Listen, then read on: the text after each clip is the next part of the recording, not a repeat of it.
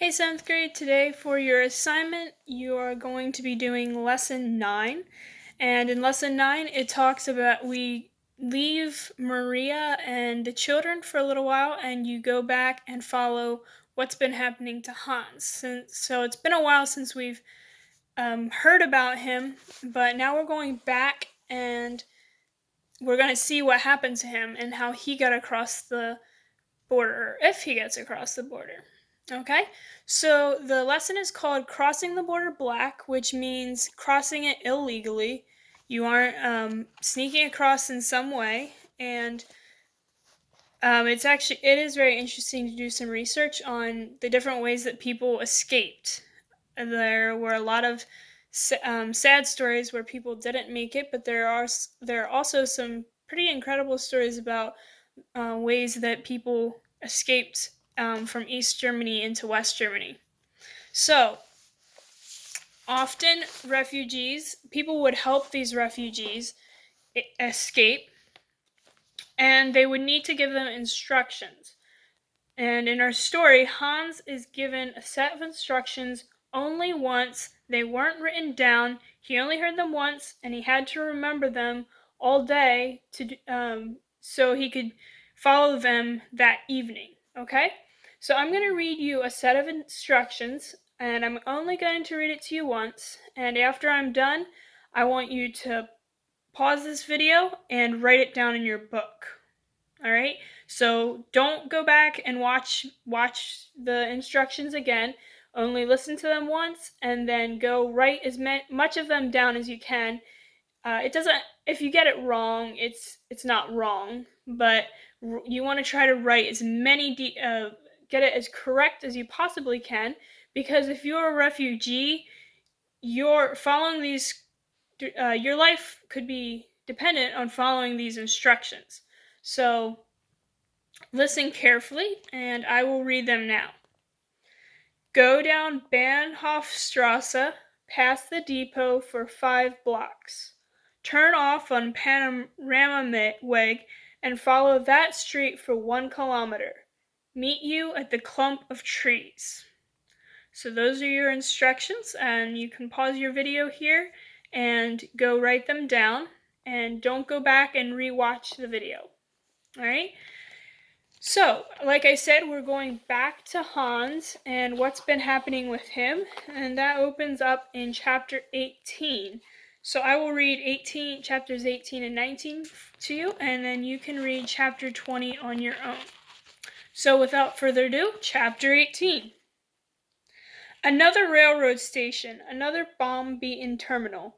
It seemed to Hans that his life would always be punctuated with Bonhoeffer, for he was ever on the go, pressing westward. Too long he had stayed this time. Too many wretched months he had lived in Berlin, the city with the great shattered heart, with its endless bread queues, its desolation of ruins, its walking corpses. He didn't care where he went, but he had to get out of Berlin. Railroad stations! How he hated them!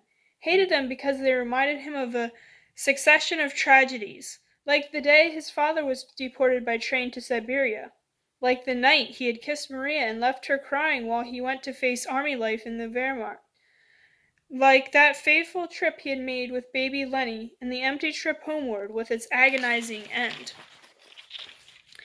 Lumbering casually to the ticket window, Hans bought his ticket and checked the train schedule. "It's going to be a little late," the agent warned, then added wryly, "maybe more than a little. Who knows? Better plan to sit down and wait a while, anyhow." Sit down? Hans was tired of sitting. Was he an old woman, or was he a man? How his hands ached for a good, steady job. Several times when he was in Berlin he had secured temporary jobs cleaning bricks. But most of the time he had been unemployed, walking the streets, talking to other bums along the way, gathering information on the one subject that obsessed him: ways and methods of crossing the border black. Hans was not long in finding out that it was not money he needed to get across the border into one of the western zones. The Reichsmark was practically worthless.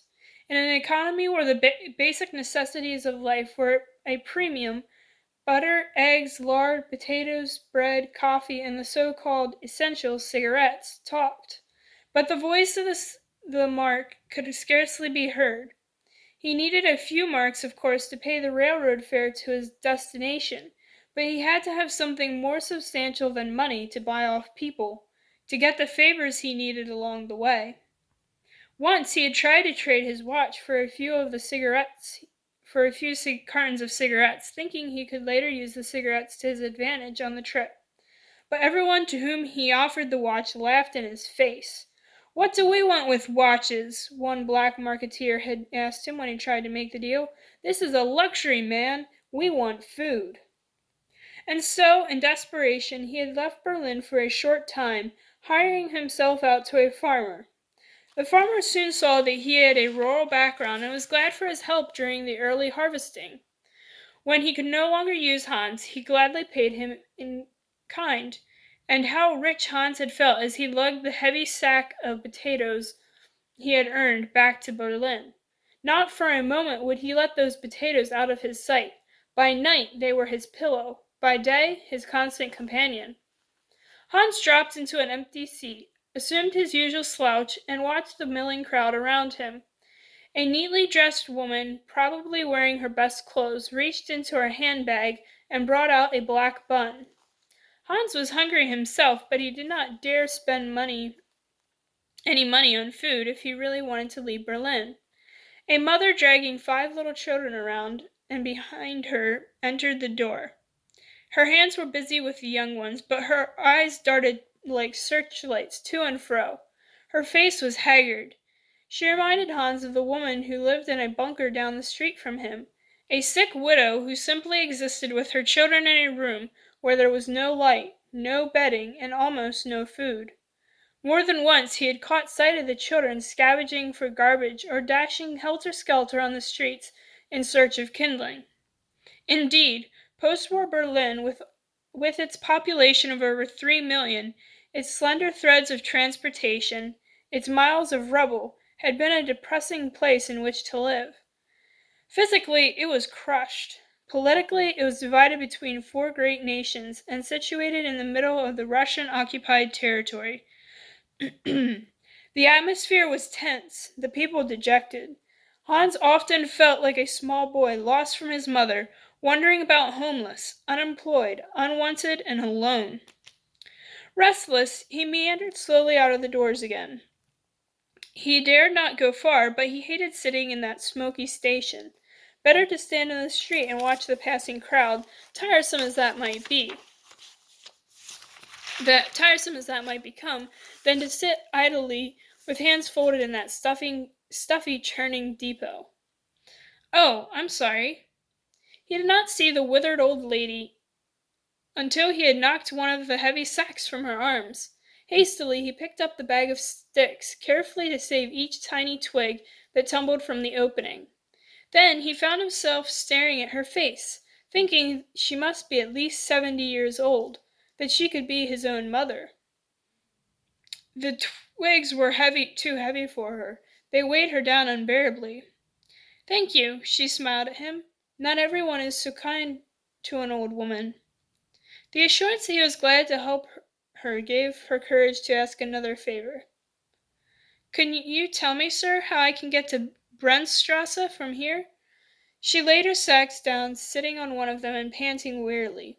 "It's not far. 4 blocks left, then 3 blocks right." Suddenly, Hans felt an impulsive wave of sympathy for the motherly old soul. "Are you alone?" He almost added, "too." "No, I lost all my children, but Papa and I still have each other." Her eyes filled with tears. "We can't go out together because we have only 1 pair of shoes between the 2 of us. It's my turn to wear them today, and Papa's turn to rest." When he had helped to load her sacks on her back, she was gone, leaving him angry again. Angry at the God Maria believed in, a God who allowed things like that to happen. Hans knew he was stubborn, that he had his faults, but one thing they could not say about him: he was not unmindful of the heartbreaks of others. Proud skeptic that he was at the same time so soft-hearted with other people's troubles automatically became his own. Maybe that was why he was disappointed in a God who remained aloof to man's predicament, who didn't do something about people like that poor old woman. Hans was only a man, but if he had in his hands the power they gave this God credit for, he knew he would do a better job of ruling the universe. Of course, the train was late. Because of the fuel shortage, trains in post-war Germany were few and crowded. As a result of the disruption in service caused by the war, station stops were long and confused. Hours closed in upon hour, while Hans stood, leaning against the outer wall of the Bahnhof, standing bird-like on one foot, then the other, vowing over and over to himself that this would be his last hour in Berlin. Soon he would taste freedom, freedom, freedom! But while he waited, he watched humanity hobble by, a wasted people with weary feet, wearied bodies, and warped spirits. Ideals and idealism lay shattered at the feet of the typical Berliner. For people today do not go around thinking beautiful, glorious thoughts. Elemental demands of life. A bucket of coal, a half-pound of coffee, a couple of cigarettes, a loaf of bread, or an item of clothing were main concerns, and no one cared how he got these things. And after all, if there was a God, could he blame a man for organizing a few stolen potatoes for a hungry family?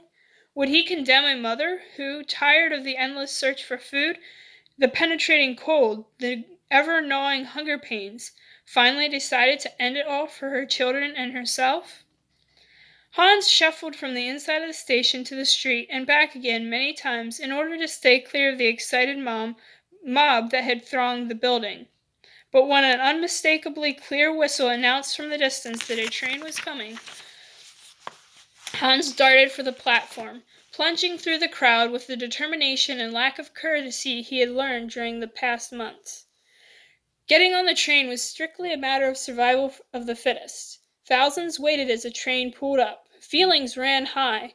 Old ladies begged not to be crushed. Shouts and curses filled the air. Crowded into an 8-person compartment with 29 fellow passengers, Hans felt he was buried alive. Outside, people screamed, sobbed, and moaned as the train shoved forward. Inside, everyone sighed with relief. They were aboard the train, headed for their destinations. Lucky they did not have to hang on the outside as many other passengers were compelled to do.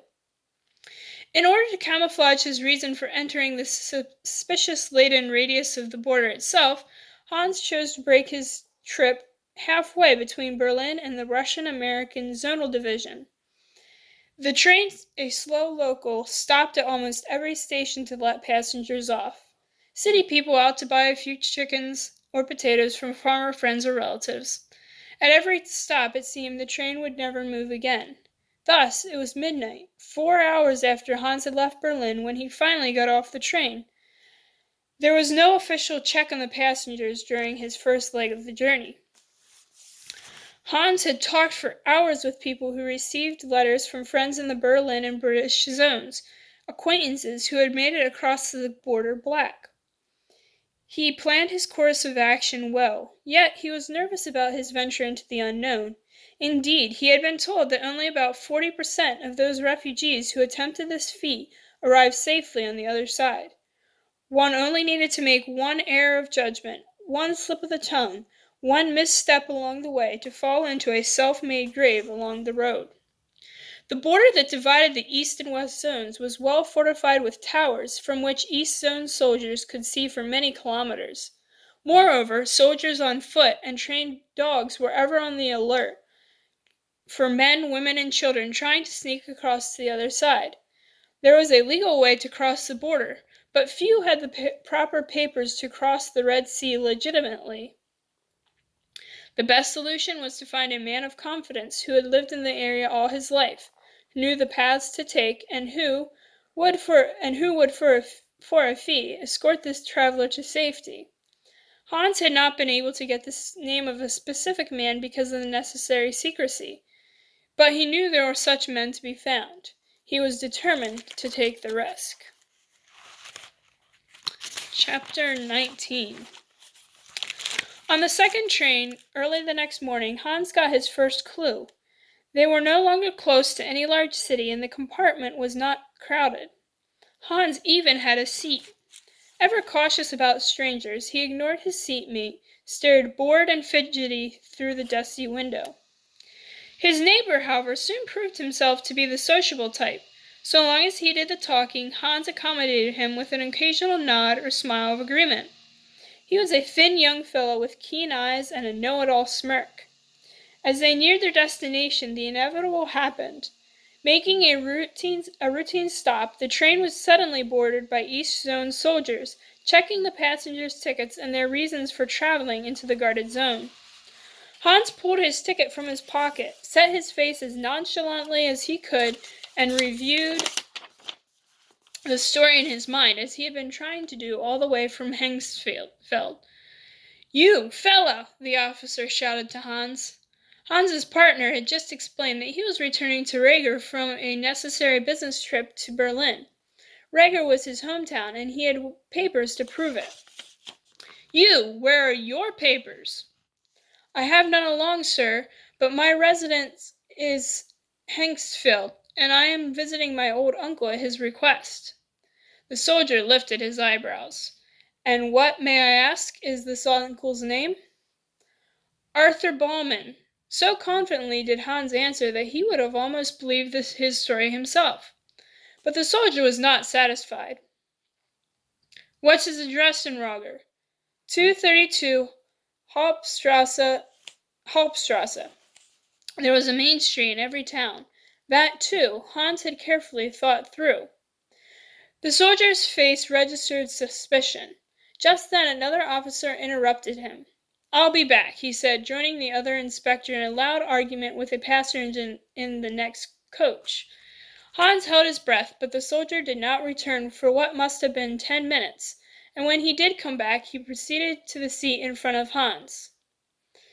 "Pretty good liar, aren't you?" Hans's chuckling seatmate chided when the soldiers were out of earshot. "What do you mean?" Hans demanded, resentful that the youngster could see through him so easily. "Oh, nothing at all, except that I saw you get on the other train in Berlin." Hans reddened. "You must be mistaken." The mouth widened into another grin. "Another thing, I happen to live on Hauptstrasse in Reger. There's no 232. I lived at the end of the street, and my number is 105. The station in Reger came into view in the distance, and the heckler moved to get up. "But never mind," he went on, seeing that Hans was taken aback. "Don't let it worry you." He lowered his voice. "If you need a name to help you across, I know a man who really knows the country. He's helped a lot of my friends. What'll you give me if I give you his card? I don't know what you've got in your sack, but I might be able to strike a bargain."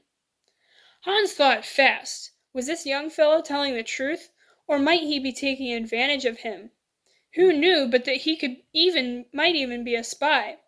He hesitated. "Look, brother, I'm not fooling you. I'm being square about it. I told you my address. There's no catch to it."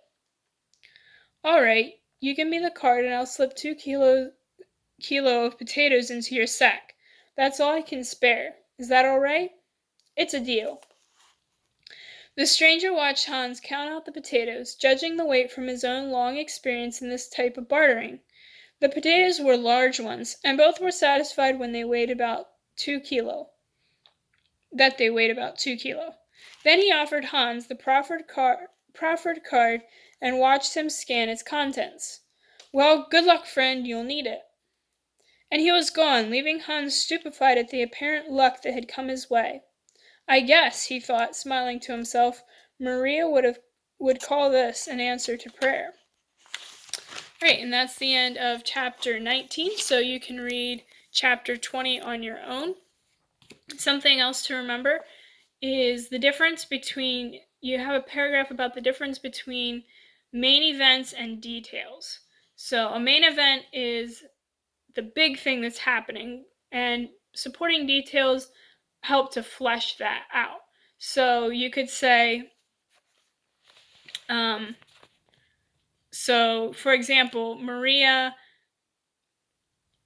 let's go back to when Hans went to, when Maria escaped in the middle of the night. So when she escaped, that was the main event, that they escaped in the middle of the night. But there were some details that helped make that escape, make the main event. So, for example, one of the details was that they heard shouting in the next room. Okay, and then another detail would be that Maria got the children awake and they quickly left their home. So the main event is that they escaped, but then there were other details that added to make the main event complete. So that's the difference between those. And lesson 9 is your assignment, numbers 1 through 26, I believe. Not sure if you have extra credit in this lesson or not. Yes, number 26 is extra credit. It has a star beside it. So again, if you can give a good paragraph answering the question, then you can get 5 extra points for your lesson. All right, so have a great day, 7th grade, and I will see you again tomorrow.